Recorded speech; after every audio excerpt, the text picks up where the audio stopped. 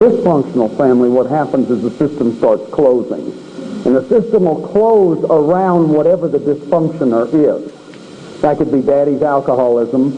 It could be mama's hypochondriasis.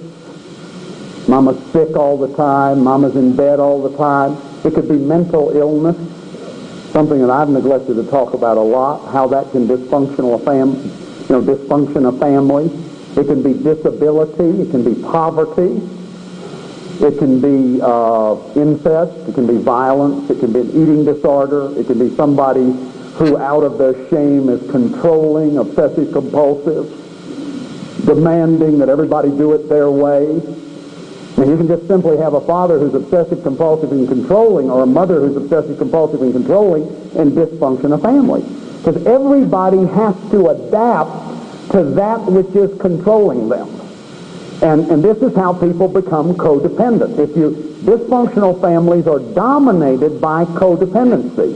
Everybody becomes codependent on the mental illness, codependent on the alcoholism, codependent on the incest, codependent on the secrets. I know of a family where the grandfather's mother and father both killed themselves. He never told his daughter one word about that. So they're still carrying these secrets around suicide. That can dysfunction a family. The secrets, the shame secrets. I've tried to describe this in Healing the Shame That Binds You, how this stuff is multi-generational because of the shame secrets. So what happens as a family becomes dysfunctional, now I want to make a point here, no family is completely dysfunctional. All families are functioning in some way, or they wouldn't be alive. So while I say all families are dysfunctional to some degree, all families are also functional to some degree. And that's important. Last night we were doing a talk at the theater and the lights go out. Well, that's old home week for me.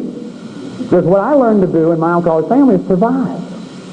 I love it when there's crisis. Can y'all identify with that? Crisis, oh my God, boom, boom, boom, boom. And that's why a lot of us have become addicted to excitement. And it's why a lot of times in your relationship, the gal says, well, I just always go, I don't know what's the matter with me. Every guy I go out with beats me up. And I said, well, where do you go to meet guys? Bikers bars. And I said, and you've got this bumper sticker that says, have you been laid lately? I heard Terry Garsky describing this. I'm taking that from Terry. But and he said, Terry told the gal, he said, well, maybe there's a selection error here. And the woman said, well, where do you want me to go meet people, at churches? Now, what I want you to hear in that is that often, and I've done this a lot in my life, we confuse excitement for intimacy. And really, what we do is confuse excitement with fear. It's almost like that excitement is what you saw your addicted parent have with their drugs. That the relationship, if the only relationship you've known is this relationship of an addicted parent with their drug, or their addiction to each other. So excitement, addiction to excitement.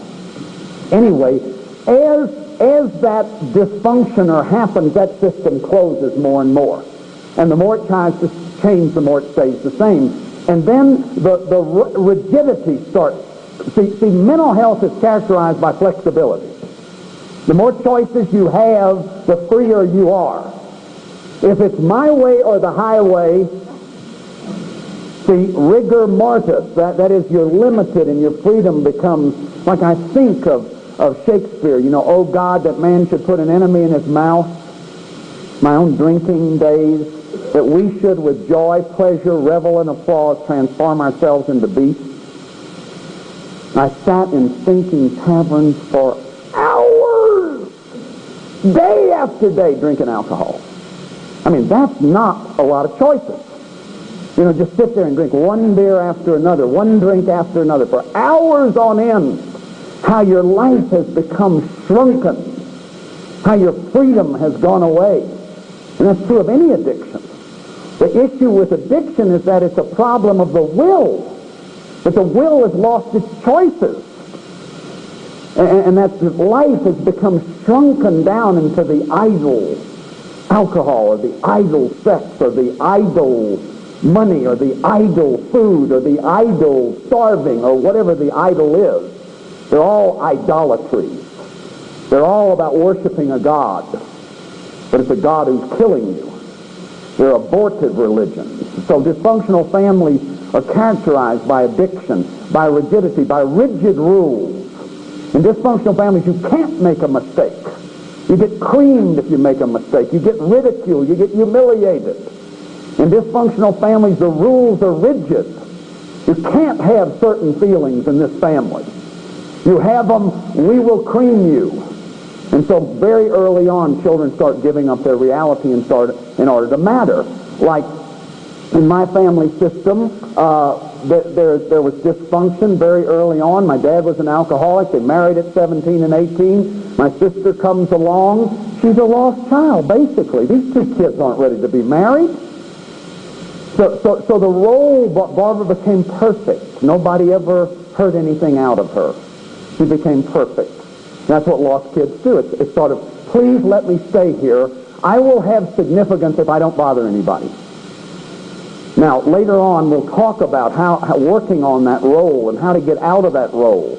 And I talk about that in my book as the original pain work of giving up these roles, because these roles are where you gave up your authentic self in order to matter.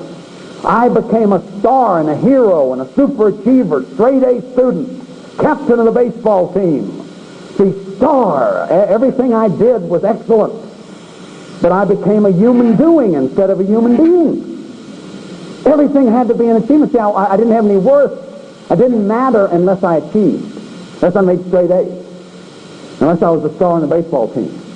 And so you see, my role is like to come into a room. I don't know how to just be part of the group. That's what I've been working on for 7 or 8 years. Going in groups where nobody knows me, just being part of the group. Learning how to be part of a group. Learning how to be significant and matter just as part of the group. Not having to be the leader. Because it's lonely being the leader. And the star and hero is just as dysfunctional as anybody else. But that's the one that's tough, because you don't think of the stars or the heroes or the caretakers, which is another role. If I take care of you, then I'll matter to you. If I take care of you, if I give you all the sex you want, and I give you this wonderful life, and I'm just there for you, and you never, then maybe I'll matter to you. See, and so these roles are ways of mattering. But they're dysfunctional because they're roles. It's an act. It's an act. It's Pharisaism, which means hypocrite. In Greek, that means an actor. A hypocrite's an actor. False self. And for some of us, I didn't began to get in touch with my true self until I was 42 years old. Didn't know it was in an act.